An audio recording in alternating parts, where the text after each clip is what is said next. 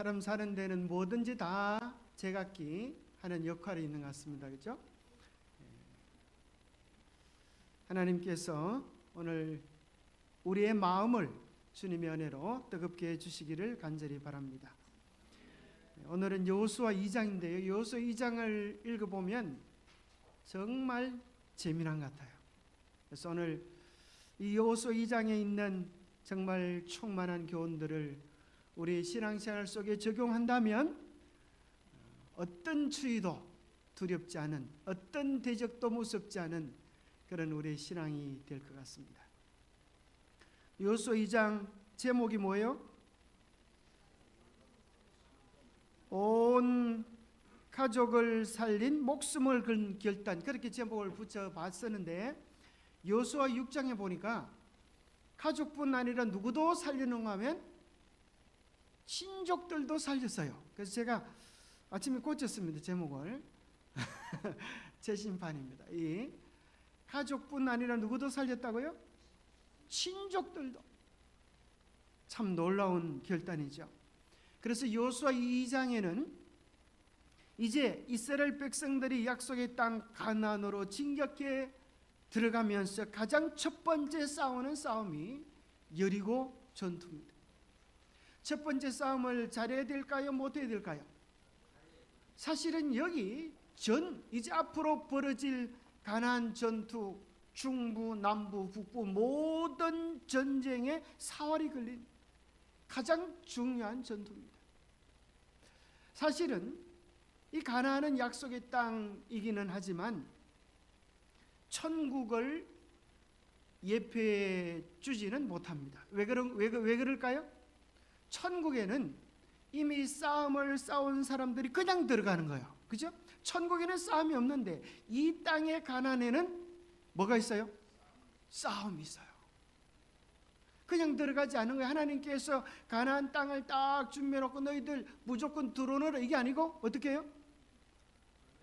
들어오라 약속해 주셨는데 들어가 보니까 뭐예요? 들어오라 그래요? 아니면 원수들이 칼을 들고 지키고 있어요? 지키고 있어요. 여차면 목이 날아갈 그런 아주 무시무시한 것입니다. 이것은 어떤 측면에서 많은 신학자들이 이야기하기를 이 가나안은 하늘나라이기보다는 우리가 싸워서 정복해야 할 우리의 영적 신앙의 전투를 묘사하기에 더 적합하다.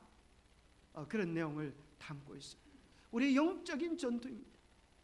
그래서 이 싸움의 첫 번째 싸움인 여리고 전투를 잘 치르러야 앞으로 싸우는 싸움이 용기백배하여 승리할 터인데 첫 전쟁부터 뭐 되면요? 전 오면 기가 꺾여서 싸울 수가 없어요.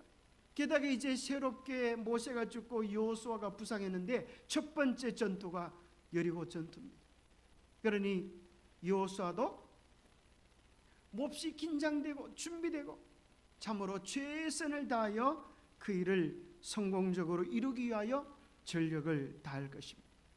여호수아는 크게 둘로 나눌 수 있다 그랬어요. 뭐와 무엇이었죠? 다 잊어버렸어요. 그죠? 지난주 얘기했는데도 잘 잊어버렸어요. 여호수아는 둘로 나누면 정복과 정착이다. 여호수아는 총 몇 장까지 되어 있다?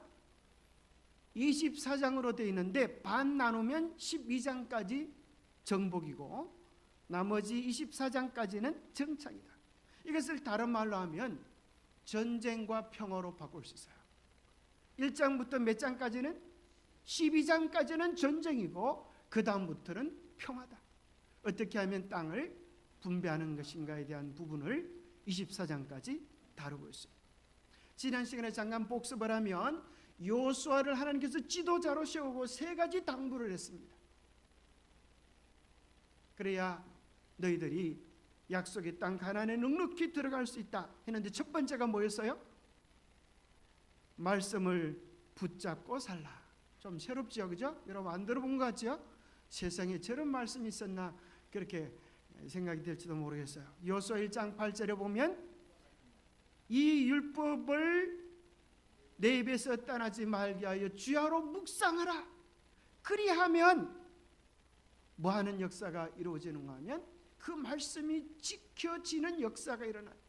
그러면 형통하게 되겠다. 두 번째는 주님과 함께 살아라.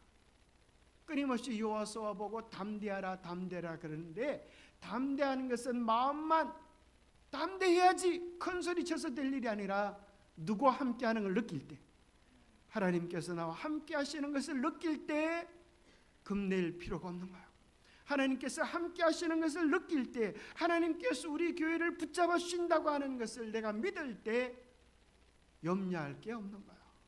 세상이 무너져도 걱정할 게 없는 거예요.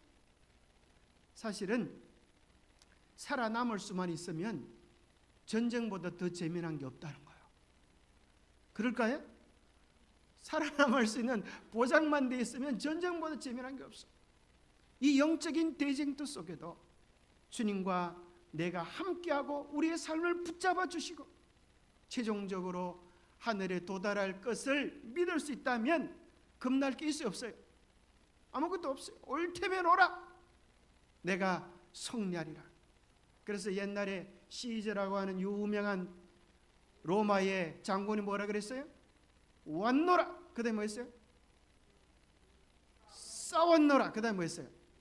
이겼노라. 참 멋진 말이죠. 그 세 마디가 정말 수많은 사람들의 마음속에 지울 수 없는 명언이 되었어요. 왔노라, 싸웠노라. 그 다음에 뭐예요? 이겼노라. 올림픽에서는 뭐가 의예요? 올림픽에서는 뭐 하는 게 의예요? 참가하는 게 의예요. 참가하는 게. 그 전쟁에서는 뭐가 의예요? 전쟁에서는 2등이 없어요. 전쟁에서 죽어버리면 끝이 나는 거예요. 우리가 영적인 전쟁에서 우리가 분명히 기억해야 할 것입니다. 싸우는 게 중요한 게 아니라 이기하여 승리자의 자리에 설 수 있게 되기를 바랍니다.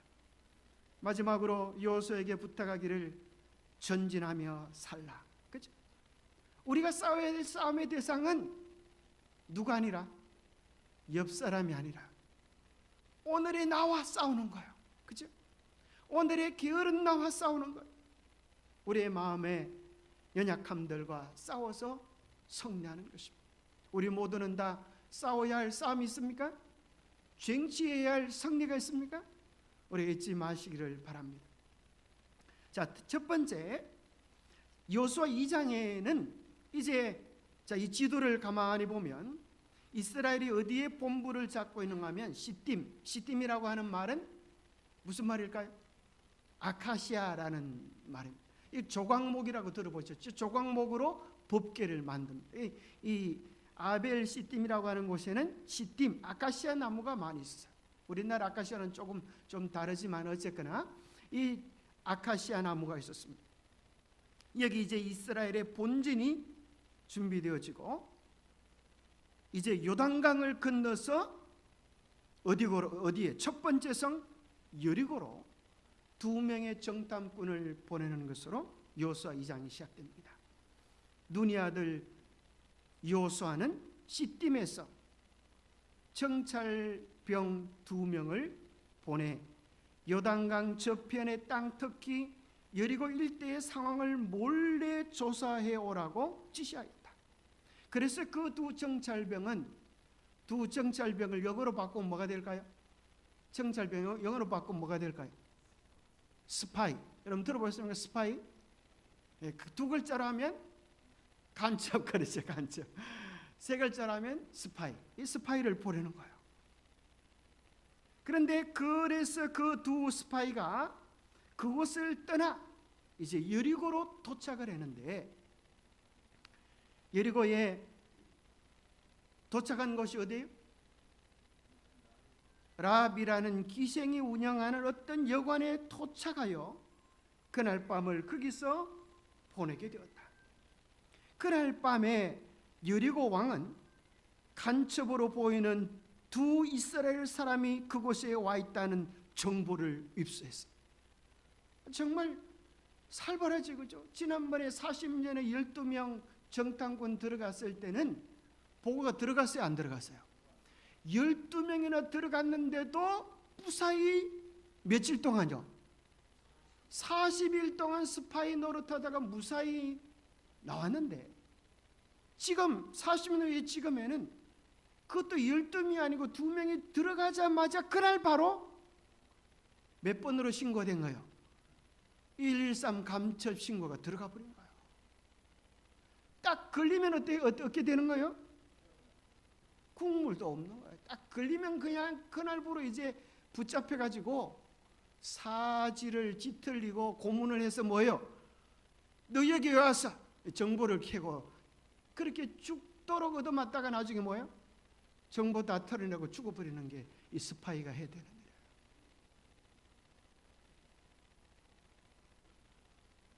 만약에 이 두 스파이가 꼼짝없이 붙잡혔다면 여리고 전투는 어떻게 시작돼요?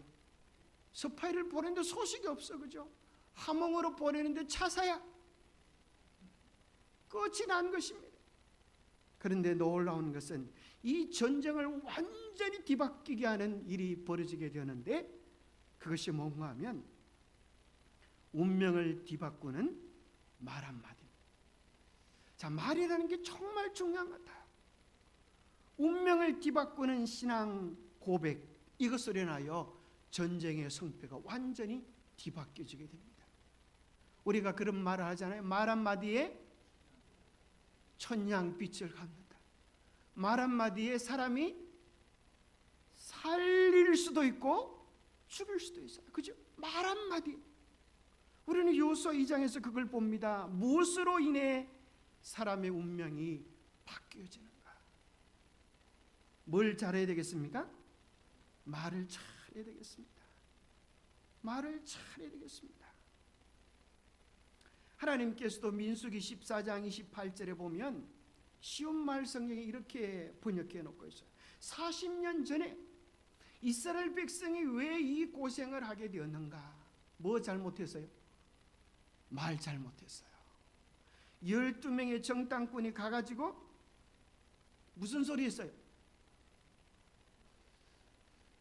정탐은 잘했는데 목숨 걸고 아주 정탐을 잘해서 무사히 돌아오기는 했는데 그 땅에 대한 보고도 잘했는데 마지막 뭐가 문제였어요?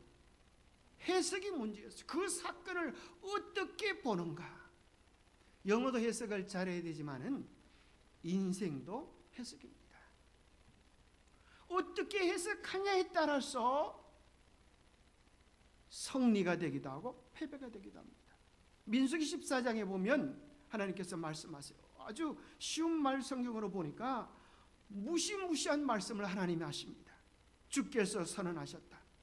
내가 살아있는 한 너희가 말한 그대로 내가 이루어 주리라. 무섭지 않습니까? 내가 살아있는 한 너희들이 했던 말 그대로 너희들의 미래가 되게 해주리라는 거예요. 너희들이 이야기하기를 하나님께서 우리를 광야로 인도하셔서 우리를 죽게 했구나 원망했지. 너희들 말 그대로 너희들의 시체가 광야에 즐비하게 늘리게 되리라.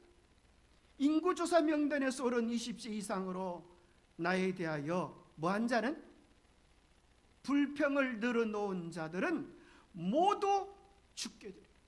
하나님도 참 너무하시는 거 아니에요? 불평 한마디 했다고. 사실 한마디는 아니지 뭐 좀 많이 했죠. 그날 밤새 쳐라 했어요. 쳐라. 불평 원망하면서 죽으면 죽겠다 그런 소리만. 죽으면 좋겠다. 여러분 앞으로 이제 그런 소리 하지 마세요. 입이 붙어 있으면 어려워도 뭐 하겠다 그러고 죽겠다 그러고 일이 잘 돼도 죽겠다 그러고 이제 입을 좀 바꿀 필요가 있는 것 같아요. 이제 어려운 일이 있어도 살겠다 그러고 좋은 일이 있어도 살겠다 그러고. 여러분 자식을 구박할 때도 야 이놈아 이 비로 먹을 놈아 이렇게 하지 말고 앞으로 이 부자 될 놈아 이렇게 하셔야 돼요. 그렇게 하셔야 돼요. 여러분 특별히 수험생 있는 집안 보셨습니까?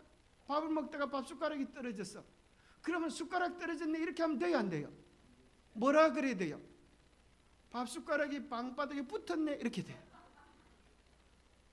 절대 그 집에서는 떨어졌다 소리 나면 부정 타는 거예요.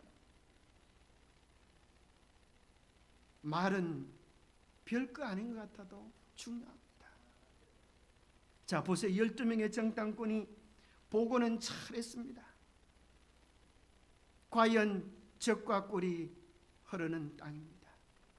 그런데 신명기에서 이들의 보고를, 민수기 14장 13장에 했던 그들의 보고를 모세가 다시 이렇게 설명합니다. 너희들 12명이 그때 보고했을 때 이렇게 했지. 모세가 기억하면서 뭐라고 말하는가 하면 이렇게 말합니다. 이제 우리가 어디로 갈 수 있겠느냐. 우리가 보낸 정탐꾼들은 우리를 뭐 했다? 급에 질리게 만들어버렸다. 12명의 지도자가 와서 뭐라고 말을 하냐에 따라서 급에 질려서 미치도록 만들어버릴 수도 있고, 그들이 정탐하고 와서 뭐 할 수도 있어요? 용기를 줄 수도 있어요. 말 한마디가 그렇게 사람을 죽이고 살리는 거예요. 그것을 개정개혁에는 이렇게 번역합니다. 우리의 형제들이 우리를 낙심하게 하여 말하기를.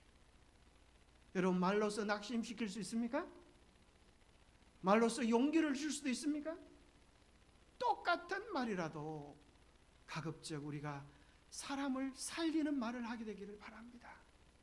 똑같은 말이라도 용기 주는 말을 하게 되기를 바랍니다. 똑같은 말이라도 하나 되게 하는 말을 할 수 있게 되기를 바랍니다. 12명의 정탐꾼은 갔다 와서 급에 질리게 만들어놨대요. 이 2명의 정탐꾼은 갔다 와서 보고하기를 이런 보고를 남겼습니다. 여호수아 2장 끝에쯤에 보면 24절에 보니까 또 여호수아에게 이르되 진실로 여호와께서 그 온 땅을 우리 손에 주셨으므로 그 땅의 모든 주민이 우리 앞에서 간담이 녹더이다. 놀랍지 않아요? 똑같은 장소에 똑같은 상황 속에 12명의 정탐꾼의 보고를 듣고 누가 간담이 서늘하게 녹았고요? 이스라엘 백성이 간담이 서늘하고 낙심케 되어졌고, 2명의 보고를 듣고는, 2명의 보고는 뭔가 하면 이스라엘이 아니라 누가요? 여리고 성에 있는 주민들이 간담이 녹아 있습니다. 그리고 그 땅은 하나님께서 우리 손에 주셨습니다. 이 이야기를 들으니까 백성들이 무슨 생각이 들까요? 용기가 나죠. 하나님이 쉬었다고 하니까 이제 들어가서 뭐 하기만 하면요? 차지하면 되는구나. 여호수아에게 말씀하셨던 것처럼 발로 밟기만 하면 우리의 땅이 되는구나 라고 하는 믿음을 가질 수 있게 되었죠. 그런데 놀라운 사실은 이 2명의 정탐꾼이 와서 했던 말은 누가 했던 말일까요? 사실은 놀랍게도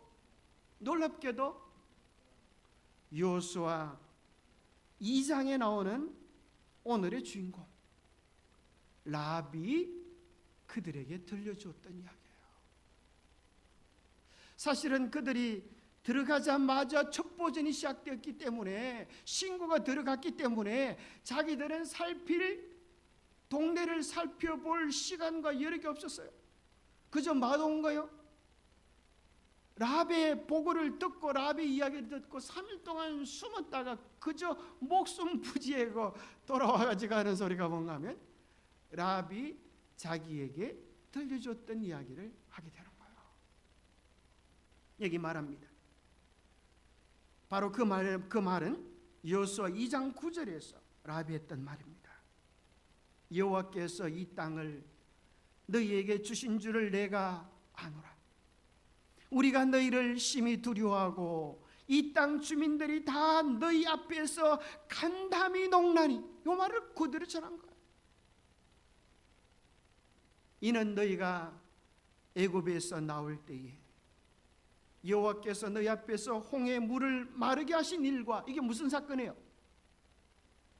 출애굽 사건, 홍해 일을 시작한 사건. 그 다음에 너희가 요단 저편에 있는 아모리 사람의 두 왕 시온과 옥에게 행한 일 곧 그들을 전멸시킨 일을 우리가 들었습니다. 이것은 무슨 사건이에요? 모세가 죽기 전에 하나님께서 모세에게 내린 최후의 사명, 아모리 족속을 진멸하라, 아말렉 족속을 진멸하라라고 하는 최신 뉴스. 그래서 이 말은 출애굽 시작의 처음과 끝 40년의 역사를 이 두 마디로, 두 문장으로 요약한 거예요. 그러니까 사실은 이스라엘 백성들이 경험했던 그 모든 이야기들을 여리고 지방에 있는 사람들이 들었다 못 들었다? 다 들은 거예요. 아주 세세한 내용들을 알고 있는 겁니다. 그러면서 11절에 보니까 우리가 듣자 곧 마음이 녹았고 너희로 말미암아 사람이 정신을 잃었나니, 정신을 잃었나니. 너희 하나님 여호와는 위로는 하늘에서도 아래로는 땅에서도 하나님이시니라. 이것이 라합이 정탐꾼들에게 했던 고백이었어요. 놀랍지 않습니까? 이 여인은 하나님을 경험한, 기적을 경험한 적도 없어요. 그가 했던 모든 것들은 다 뭐였어요? 귀로 들었던 내용들인데, 이 여인에게는 귀로 듣는 데서 끝날 뿐 아니라 그 역사를 가만히 들어보면서 마음속으로 생각하게 되었어요. 세상에 그 무시무시한 홍해 물을 멈추게 하다니, 그리고 애굽의 병사들이 그곳으로 지나갈 때에 그 수많은 사람들을 몰살시키다니, 이는 하나님이 아니고서는, 이는 온 우주를 주관하고 계시는 절대자가 아니고서는 할 수 없는 일 아니냐. 게다가 200만이나 되는 광야, 그 대군을 광야에서 몇 년 동안요? 40년 동안 먹이셨다. 이것이야말로 그들을 이끌고 계시는 하나님이 어떤 분이라고 하는 사실을 역력하게 보여주는 것입니다. 그래서 이제까지 우리가 섬겼던, 가나안에 섬겼던 신들은 다 가짜요, 허풍요, 이름만 있는 것이요, 이들에 비하면 아무것도 아니라고 하는 사실을 깨닫고 라합이 신앙 고백을 하는 것입니다. 결정적인 영향은 라합의 고백 때문이었습니다. 12 정탐꾼은 그들이 보고 탐지한 것을 보고하고 그 결과로 이스라엘의 절망과 40년의 방황을 가져왔고, 사실 이 라합의 믿음적 고백은 2명의 정탐꾼의 입을 통하여 여호수아에게 보고되어졌고, 그것은 여리고를 함락시키는 결정적인 키를 가지고 온 것이었습니다. 정로의 계단에 보면 이런 말씀이 있어요.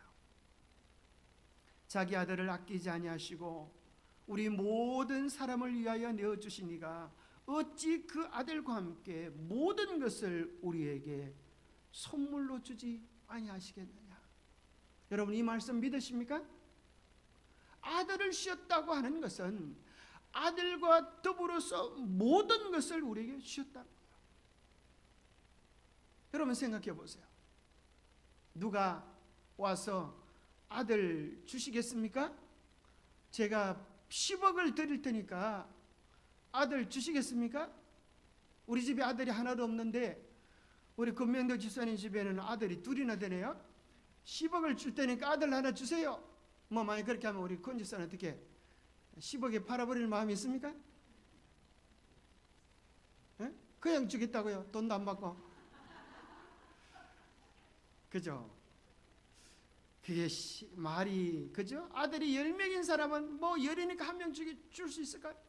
안 되는 거예요. 아들을 준다는 말은 모든 것을 준다는 거예요. 그런데 우리가 그런 사랑을 받았는데 이렇게 말로는 하지 않지만 이렇게 행동하는 사람들이 있다는 거예요. 어떻게 행동하는가? 주께서 내게 대하여 이렇게 말씀하신 것이 아니다. 아마 주께서 다른 사람은 사랑하실지 모르나 나는 사랑하지 않으신다. 그렇게 행동으로 말하는 사람도 있다는 거예요. 입이 이만큼 나와가지고 하나님이 다른 사람은 구원하실지 몰라도 나는 사랑하지 않으시는 것 같아. 여러분 혹시 그런 마음, 그런 행동 가지고 있다고 하면 덕이 되지 않을 생각들을 버리시게 되기를 바랍니다. 이렇게 하는 일은 모두 그대의 자신의 심령을 해롭게 하는 것이다.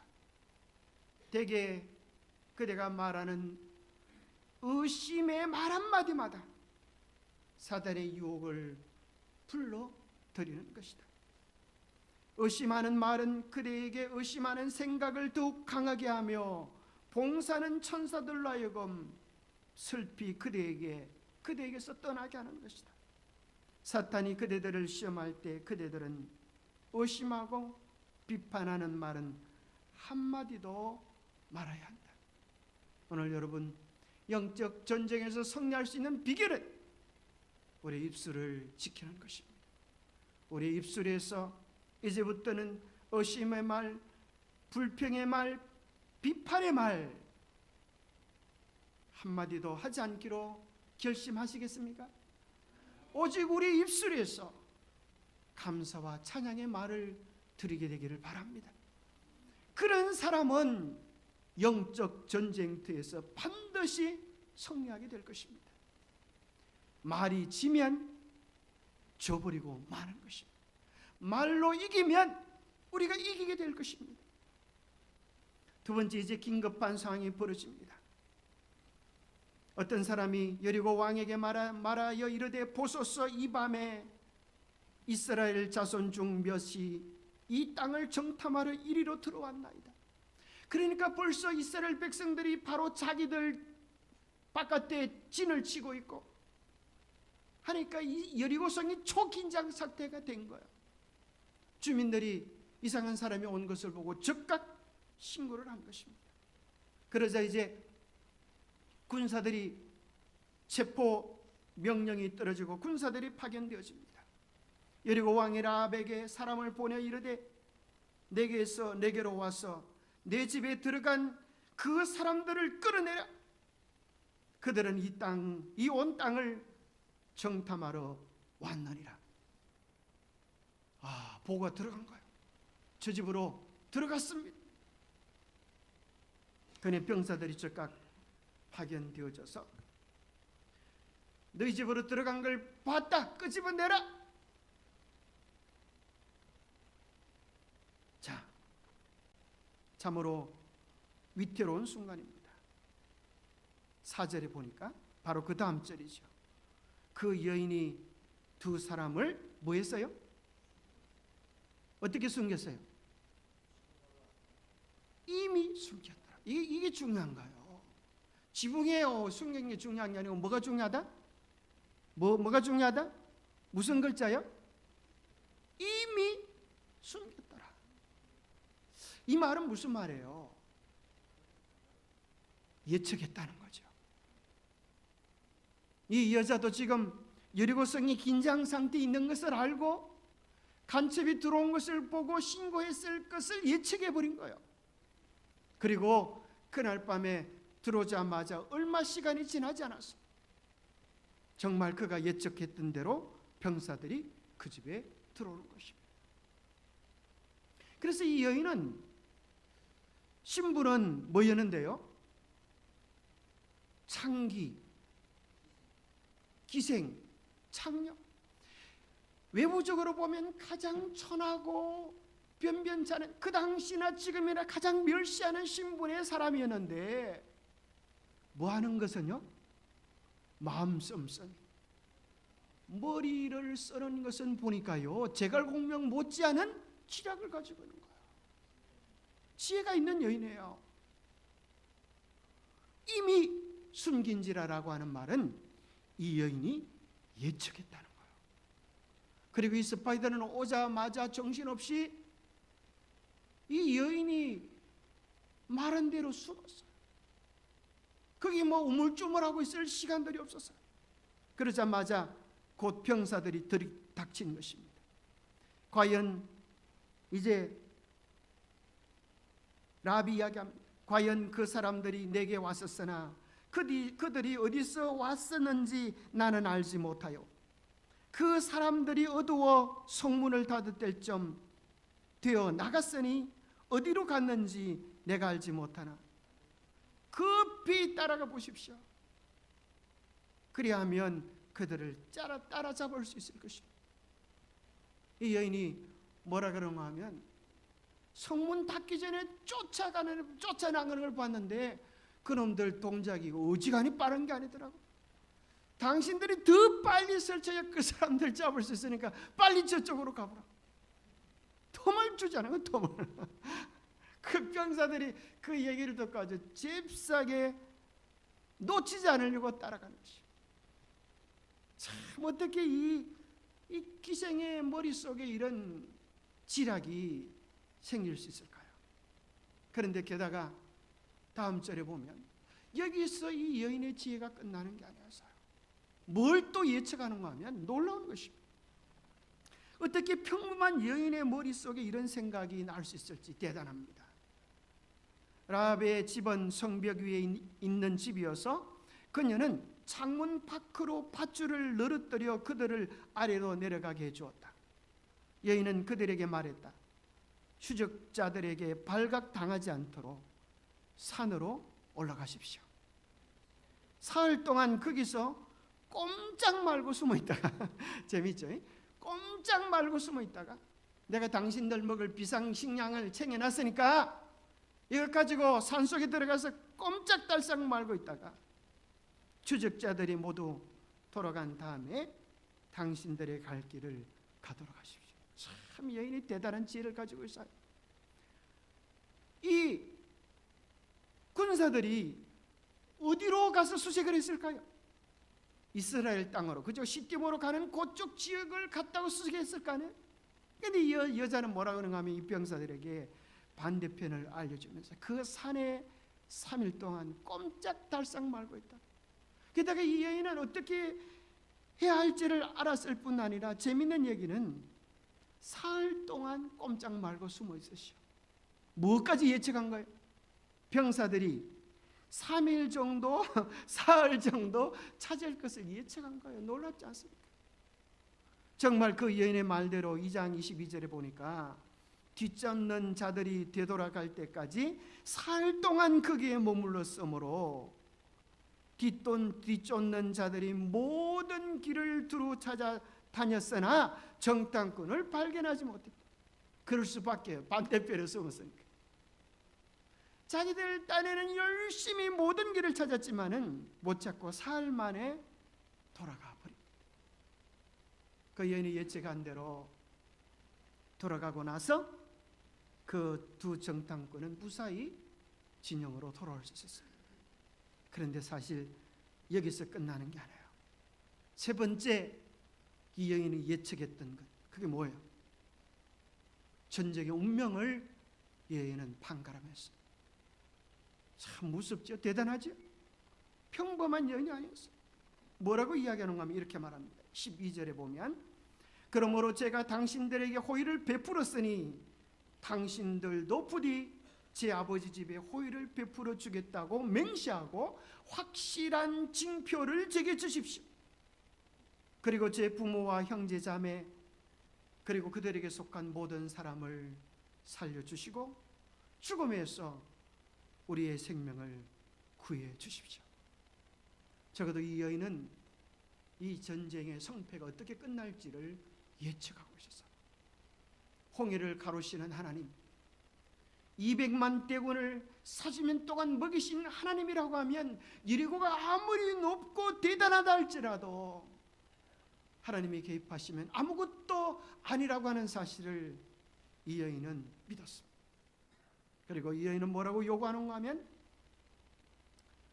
제발 살려주십시오. 내가 당신들에게 호의를 베푼 것처럼 당신들도 제게 호의를 베푸시고 우리를 살려주시겠다고 하는 확실한 징표 증거를 대십시오. 이 여인이 참 대단하지 않습니까? 딜을 하는 것입니다. 그렇죠? 내가 당신을 살려줬으니까 당신도 나를, 우리의 가족들을 살려주십시오. 그래서 어떤 징표를 줍니까? 살려주겠다는 징표가 뭐예요? 그렇죠.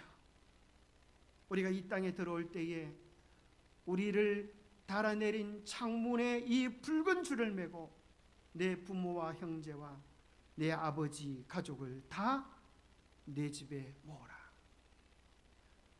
누구든지 내 집 문을 나가서 그리로 나가면 그의 피가 그의 머리로 돌아갈 것이요 우리에게는 허물이 없으리라. 마치 이 사건은 무슨 사건 같아요? 무슨 사건 같아요? 붉은색 집을 나가면 안 돼. 무슨 사건 같아요?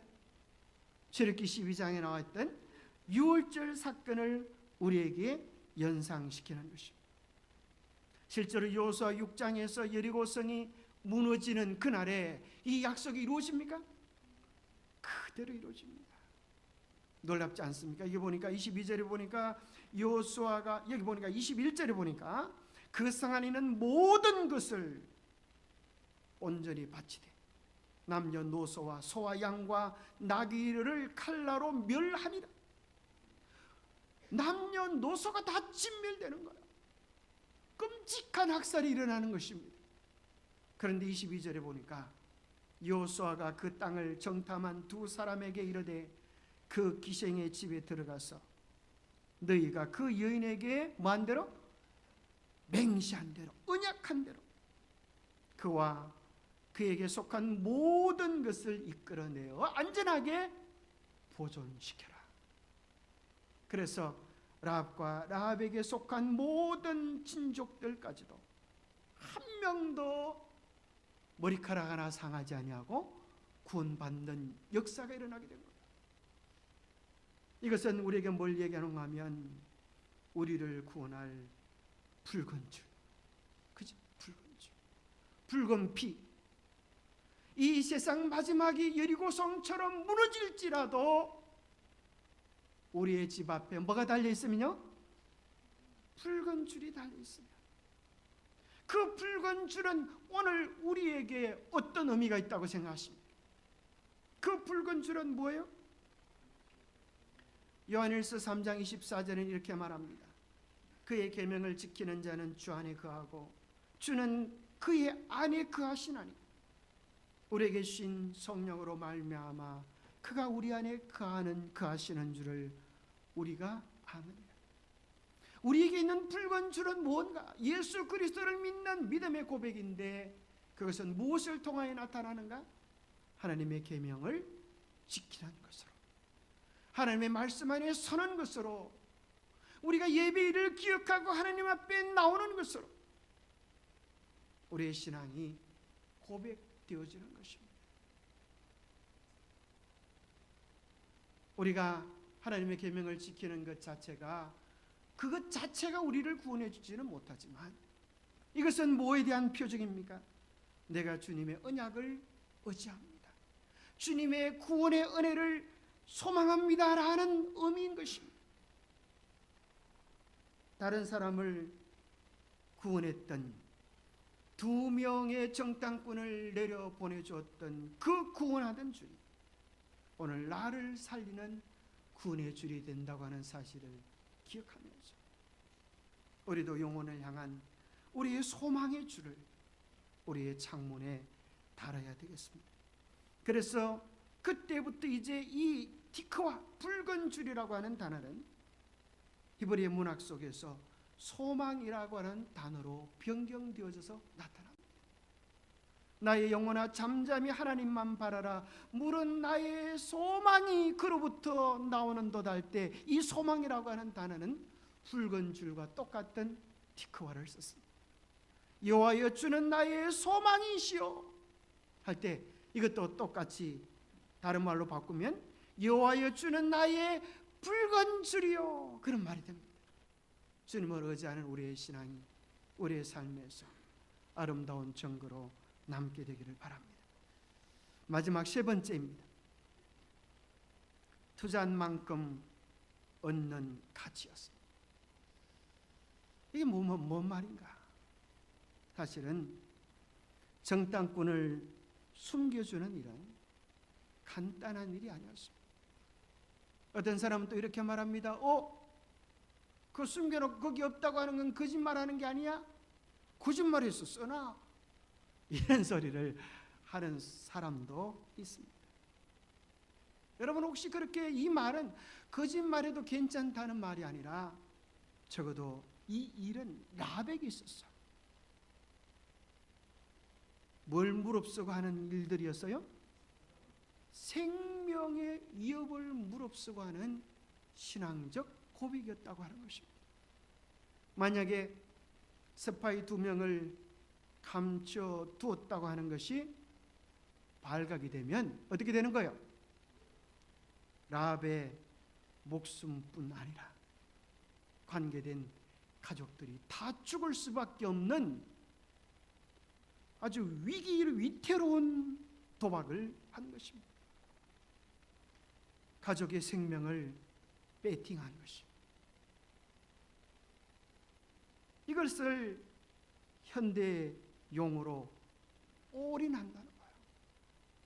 그녀는 이 전쟁에서 이스라엘이 이길 것을 확실하게 믿고, 이제 여리고가 망하고 무너진다면 내가 어떻게 서야 하는가를 깊이 생각해보고, 그녀가 살 수 있는 온 가족을 살려낼 수 있는 유일한 길은 하나님을 향하여 삶의 전부를 거는 것이라고 생각했습니다. 그래서 2장 13절에 보면 나의 부모와 나의 남녀 형제와 그에게 속한 모든 사람을 살려주십시오라고 하는 말은 사실은 뒤집어 말하면 그들의 생명이 다 걸려있음을 고백한 것입니다. 이스라엘 땅, 가나안 땅에는 그 당시 바알과 아세라 신이 숭배의 대상이었습니다. 민수기 25장에 보면 이들의 신에게 예배하는 방법은 엄난이었어요. 그래서 가나안 땅에는 두 부류의 장녀들이 있었는데 하나는 그냥 장녀고 또 하나는 신전의 장녀였어요. 바로 그것이 바알과 아세라 숭배의 방식이었기 때문에, 게다가 그 나라의 신은 몰렉이었어요. 몰렉. 화면에서 보는 것처럼 이 몰렉 신은 밑에서 불로 군부를 떼피고, 자, 이 신전의 여자들이 오는 남자들과 관계를 맺어 아이를 낳으면 이 아이를 신에게 바쳐요. 어떻게 신에게 바치는가? 불로 부글부글 끓는 이 신상 위에다가, 이 신상의 손 위에다가 아이를 놓으면 어떻게 되겠어요? 불에 굽혀 죽는 것입니다. 이렇게 끔찍하고 흉악한 타락된 종교를 가지고 있는 모습을 보면서 라합의 마음속에 이것은 참된 신앙이 아니다 라는 생각을 하게 되어졌고, 드디어 이스라엘 백성의 이야기를 들을 때 그의 마음속에서 이런 결심이 생기는 거예요. 내 하나님 여호와는 상천하지의 하나님이시다. 하늘 위에 땅 아래 최고의 하나님이시다. 하늘을 다스리시고 땅을 다스리시는 정말 공의롭고 정대하신 하나님이시다라고 고백하는 겁니다. 그래서 히브리서 11장 31절에는 이렇게 그녀의 신앙을 고백합니다.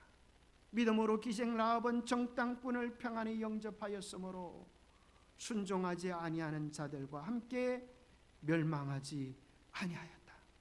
야고보서 2장은 말합니다. 이와 같이 기생 라합이 사자들을 접대하여 다른 길로 나가게 할 때에 행함으로 의롭다 하심을 받은 것이 아니냐. 영혼 없는 몸이 죽은 것 같이 행함 없는 믿음은 죽은 것이니라 라고 이야기할 때 야고보는 그 믿음에 대하여 누구에 대한 예를 들은가 하면 라합에 대한 이야기를 들은 것입니다. 라합이 전 생애를 걸고 전 목숨을 걸고 영혼을 갈아 부어서 했던 그의 선택을 향하여 진정한 믿음의 행위라고 이야기하는 것입니다. 우리의 영혼이 어디 있습니까? 우리의 믿음이 어디 있습니까? 그곳에 우리의 삶의 선택이 있을 것입니다. 우리는 보고 듣고 경험한 하나님마저도 우리는 외면하고 내 고집대로 하는데, 놀랍게도 이 여인은 틀은 믿음을 가지고 자기 인생을 걸고 그것으로 인하여 놀랍게도 무엇을 거둡니까? 마태복음 1장에 보면 메시아의 족보에 들어가는 놀라운 영광을 얻게 되어집니다. 바로 이 정탐꾼의 이름이 살몬이었습니다. 2명의 중에 한 사람이 살몬이었습니다. 그리고 라합과 결혼하여서 낳았던 아이가 여러분이 잘 아는 보아스예요. 그 보아스가 룻과 결혼을 하고 오벳을 낳고 이새를 낳고 다윗 왕이 나오는 것입니다. 하나님께서 오늘 우리에게도 물으십니다. 너의 온전한 마음이 어디에 있느냐? 우리는 온전히 그리스도의 것이 되지 않는 한 그리스도의 것이 아니다. 그리스도 인생에 있어서 목적의식이 약해지고 갈망이 늘 변하는 것은 전심을 다하지 않기 때문이다. 우리 자신과 그리스도를 겸하여 섬기려는 노력은 결국 우리로 돌밭 청중이 되게 할 것이며, 그러한 사람은 시험이 이를 때에 그것을 견디지 못할 것이다. 우리가 마음을 반만 바치고 하나님께 속할 수 없다는 것입니다. 거창한 기생도 마음을 묻고 하나님께 온전히 드림으로 메시아의 조상이 되는 영광을 얻었거든. 오늘 우리가 마지막 시대를 살아가는 우리가 어떻게 반만 마음을 바치고 하늘에 속할 것을 기대할 수 있겠습니까? 마지막으로 이 말씀입니다. 더욱 강하고 완전한 정신이 우리를 주관하게 될 것입니다. 이는 우리와 길이 참는 능력의 근원이신 자와 산결합을 이뤘기 때문이다. 우리는 거룩한 생애를 통해 예수 그리스도께 온전히 사로잡히게 될 것이다. 우리는 더 이상 보통 사람과 같은 이기적인 생활을 살지 않게 될 것이다.